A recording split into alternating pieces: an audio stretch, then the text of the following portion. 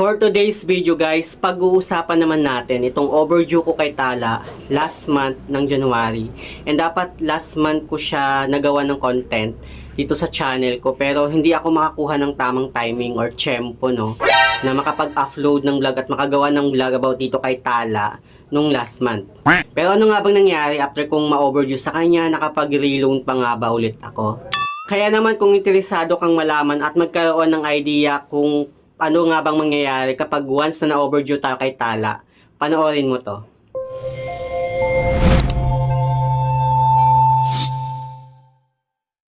Hello guys, it's Sil Mariano and welcome back to my YouTube channel.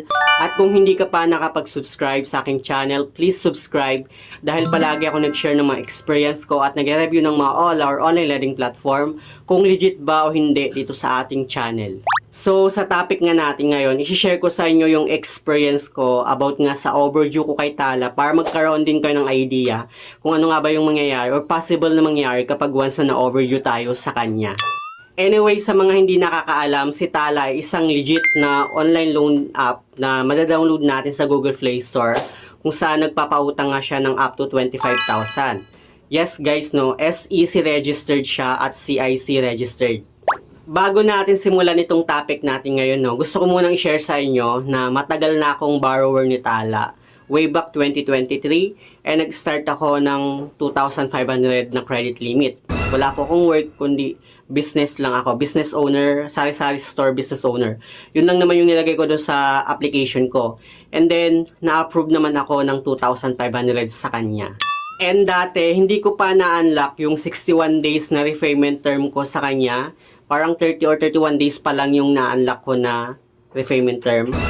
And then, every month, tumataas yung credit limit ko sa kanya ng 500 pesos. Ganun ang kaliit siya mag-increase ng credit limit niya. 500, every month, tumataas siya ng 500. And okay lang yun, not bad, na at least tumataas yung credit limit ko sa kanya. Actually, maraming beses din akong na-late ng payment sa kanya way back 2024. Pero hanggang ngayon, gamit na gamit ko pa rin itong si Tala. So, last month nga, na-delay ako ng payment sa kanya mga almost 1 week. And yung total na babayaran ko is nasa around 9,000 plus. Kasi yung credit limit na offer niya sa akin is 7,000. And then yung interest niya kasi is 15%. So, 61 days yung repayment term niya. Kasi na-unlock ko na yung 61 days. And so, gustong-gusto ko itong si Tala kasi hindi kanya pipilitin na magbayad.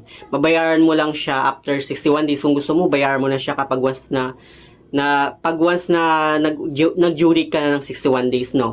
Pero yung pagbabayad dito kay Tala, guys, pwede kang magbayad daily if gusto mo siyang bayaran daily para bumabawas yung babayaran mo sa kanya.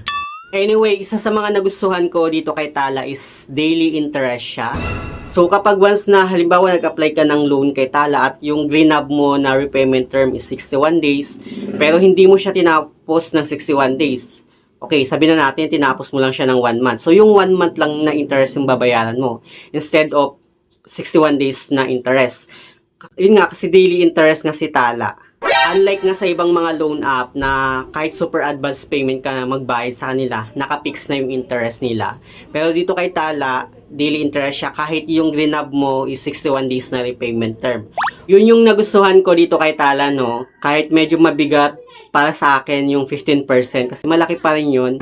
Hoping na sana bumaba pa lalo yung interest niya. Pero okay na yun guys, no? Kasi yun nga, nagustuhan ko talaga sa kanya is binabayaran ko siya kapag once na umabot na ako sa 61 days. So, hindi ako nagbabayad ng monthly or hindi ako nagbabayad ng weekly, hindi ako nagbabayad ng daily sa kanya. Pinu-fully paid ko lang siya kapag nag-61 days na. Yun nga lang no, kapag once na ganun yung ginagawa mo, na binabayaran siya kapag nag-61 days na, hindi talaga tataas yung credit limit mo. At subok na subok ko na yan kasi na-stuck na nga ako sa 7,000 na credit limit at hindi na siya tumataas. Ilang buwan na rin, maraming buwan na. And kung kaya nyo namang bayaran siya ng weekly or kung gusto mong maghulog-hulog ka daily, weekly, mga yan, pwede mong gawin yun kasi yun yung ginagawa ko before kaya tumataas yung credit limit ko sa kanya. So, ayun nga, no, na-overdue nga ako dito kay Tala last month and 1 week, almost 1 week yata akong na-overdue sa kanya. And nung time na na-overdue ako, pero ganito yun guys, no? Nag-due date ako, 61 days nag-due date na ako, pero kinabukasan, hindi pa ako nagkaroon ng penalty. Parang may 1 day grace period pa yata siya or 2 days. Hindi ko alam, no? Pero basta ganun yung nangyari kasi nung chinek ko nung kinabukasan, nag-due date siya ngayong, kunwari nag-due date siya ngayong araw, and then chinek ko siya kinabukasan, wala pa siyang pinatong na penalty. 2 days yata siya, na 2 days grace period, and then after 2 days, doon na notification itong si Tala na magkakaroon na ako ng penalty kapag basta hindi ko pa na-settle sa ganitong araw. And then hindi ko pa talaga siya nasa-settle kasi wala pa akong pambayad nung time na yon. And medyo malaki kasi babayad ko, which is nasa 9,000 at delay yung salary ko. So, nung time na yon, tumawag sa akin yung agent ni Tala at nakausap ko siya. Sobrang bait po ng agent ni Tala. Hindi po sila nang-harass katulad ng ibang mga loan app. And then, nung nakausap ko yung agent ni Tala, tinanong niya ako kung bakit ako na-delay ng payment, tinanong niya naman, and then sinagot ko lang din siya due to financial difficulties, and babayaran ko naman sa ganito. So nakausap ko yung agent ni Tala, and then sabi niya, naintindihan naman nila. And then after no, nagkaroon kami ng agreement na masisettle ko yung loan ko sa ganitong day. And that time, tinanong ko din yung agent, no, kung possible ba na kapag once na binayaran ko na or na-settle ko na yung overdue na loan ko sa kanilang application, possible ba na makakapag-reloan pa ba ulit ako? And yung sinabi ng agent is possible pa naman na makakapag-reloan ako sa kanya basta mabayaran ko sa ganitong day doon sa agreement namin. And then dumating na yung day ng agreement namin, binayaran ko na siya, pinulify ko na siya, at may offer pa rin siya sa akin na 7,000. Hindi siya tumaas kasi nga overdue ako, pero it's okay kasi at least na-offeran pa rin ako ng kanyang cash loan. Hindi siya yung kagaya ng ibang mga loan app na after ma-settle yung overdue na loan, bigla-bigla na lang na-reject. Hindi ko sinasabing si Pay Later to ha, na once lang naman akong na-overdue sa kanila. And then, pagka-settle ko ng loan ko, sana kahit nakausap ko ng 2 beses yung kanilang agent, ayun na frozen yung account ko. Permanent restricted pa nga.